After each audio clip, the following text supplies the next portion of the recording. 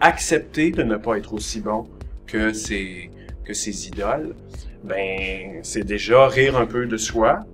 Ben étrangement, ça nous libère, puis on est capable de continuer à travailler. Fait que ça, pour moi, c'est un rouage essentiel. Je veux qu'un souvenir de ta question. Pas un peu plus.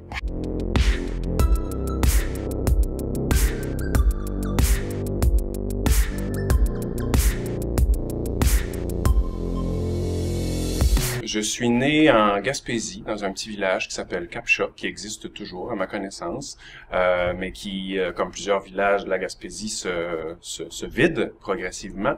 Je serais bien mal placé pour critiquer la situation parce que je fais partie de ceux qui sont partis. Je quitte vers l'âge de 16 ans mon village pour les études. Je fais un pit stop à Rimouski où j'étudie au cégep.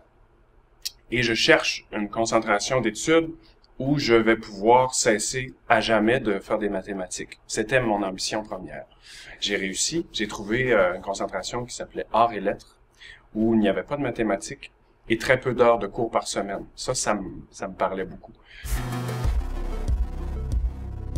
À l'origine, moi, j'aimais les livres. Je fais pas de musique à ce moment-là, ou très peu. Je fais de la musique par plaisir avec les amis, mais j'ai aucune formation, j'ai aucune ambition.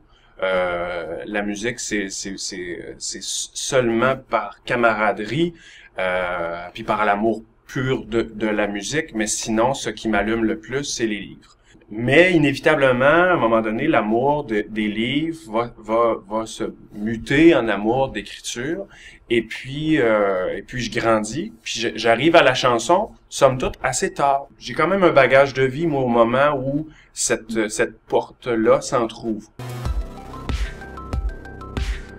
Je commence à écrire mes premières chansons, elles sont toutes mauvaises. J'imagine qu'à travers ça, ben il y a des petits flashs qui ont de l'allure, puis des petits bouts qui ont de l'allure, mais surtout, je prends conscience que j'aime être sur scène. Ça, c'est l'élément déclencheur. Moi, je suis déjà bien sur une scène, je sens que je maîtrise quelque chose sur scène, et je deviens plus grand que moi, je deviens plus... c'est moi qui conduis, tu sais. La surprise vient du fait que ce que je fais sur scène intéresse les gens. Par contre, les gens autour de moi te diraient c'est pas si surprenant parce que j'ai toujours été une grande gueule finie. J'ai un coupe-feu maintenant que j'avais pas plus jeune. Fait que dans les classes, à l'école, les parties avec les amis, c'était déjà de la scène pour moi. J'étais peut-être un peu fatiguant. Le territoire intime est tout aussi inspirant pour moi dans mes chansons que le territoire, mettons, géographique. La région, la ville, après ça, on peut aller au quartier, à la maison, et dans la maison, à quel endroit tu travailles. Pour moi, ça, c'est toute la géographie. C'est tout du territoire.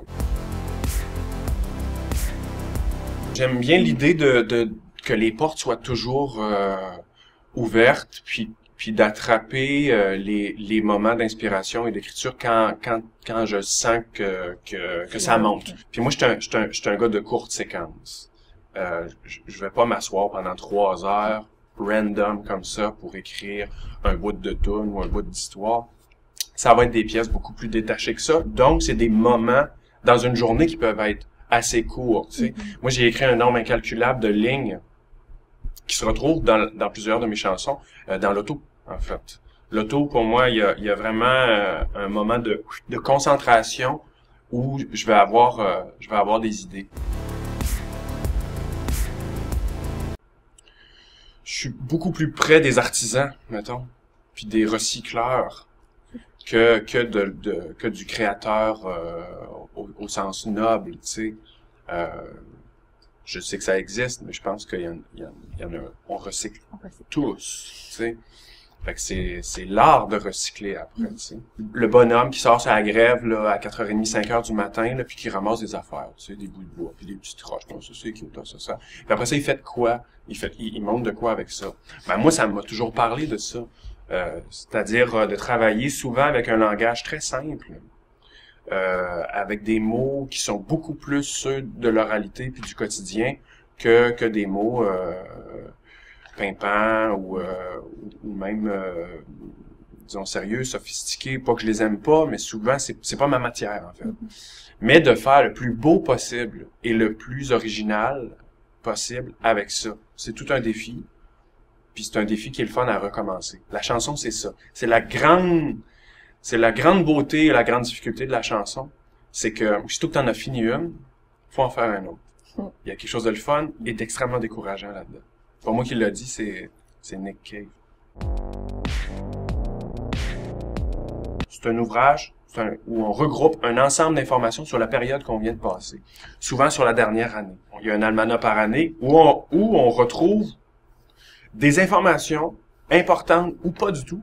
On apprenait là les grands décès des grandes familles, les maladies qui avaient tout ravagé, l'état des cultures, je veux dire, ce qui était au cœur même de la vie des gens de l'époque. Côtoyant ces informations-là, mettons capitales, c'est pas pour tout le monde, mais il y a ben du stock niaiseux, drôle, futile. Georges Perec, un auteur français que j'ai beaucoup lu et que j'aime beaucoup en fait, il appelait ça l'infraordinaire.